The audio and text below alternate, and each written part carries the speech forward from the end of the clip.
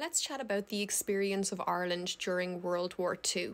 Now, the experience of Northern Ireland and the southern 26 counties, known as ERA, were quite different. So I'm going to split it in two basically, and we'll look at the experience of ERA, so the southern 26 counties first, and then towards the end I'll chat about Northern Ireland. So ERA, or the southern 26 counties during World War II, were neutral, okay? Despite neutrality, this period is referred to as the emergency because there was a danger of invasion from both Britain and Germany, and a variety of goods were in short supply. The Emergency Powers Act was passed to make provisions for securing the public safety and the preservation of the state in time of war. The size of the Irish army was increased from 7,000 to 37,000, and 250,000 people joined the local defence force. Censorship was introduced, which meant that reportings on the war, they could not be kind of openly in favour or against either side. Sean Lemass was Minister for Supplies, and he introduced rationing of goods, and people were issued ration books.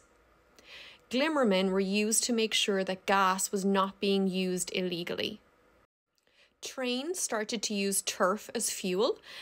This made trains incredibly slow. For example, it would take around 12 hours to get from Cork to Dublin.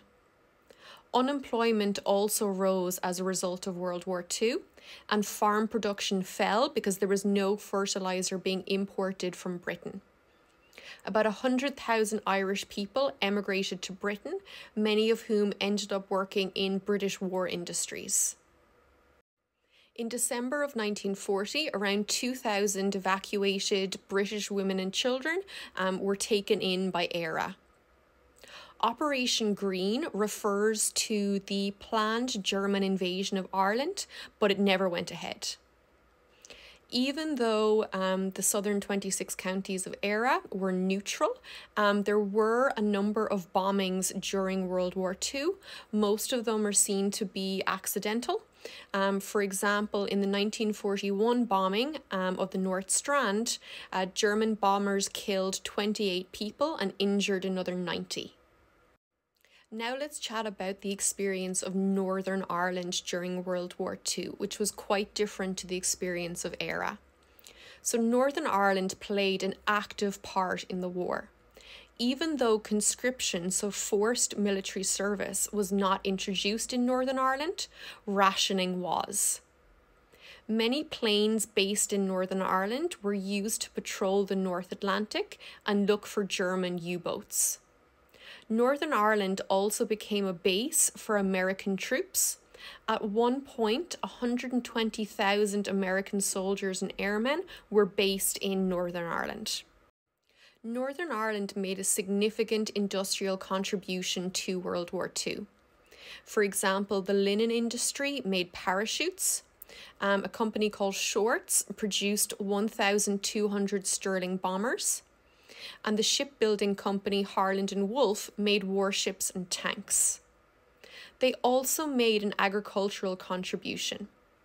100,000 litres of milk were sent from Northern Ireland to Scotland every day. Arable farming rose by 60%, and Northern Ireland provided 20% of Britain's egg requirements. Despite playing an active part in the war, Belfast was poorly defended during World War II. It only had 22 anti-aircraft batteries, they had no searchlights and no night fighters to guard it. As a result of this, Belfast was an easy target for German bombers.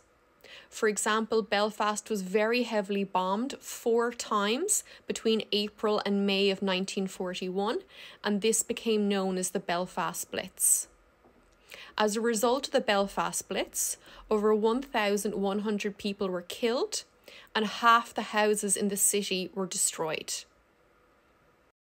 On 2 occasions, the government in Dublin sent fire brigades to Belfast to help put out fires caused by these bombings. VE Day, so Victory in Europe Day, was celebrated in Belfast and across the rest of Northern Ireland.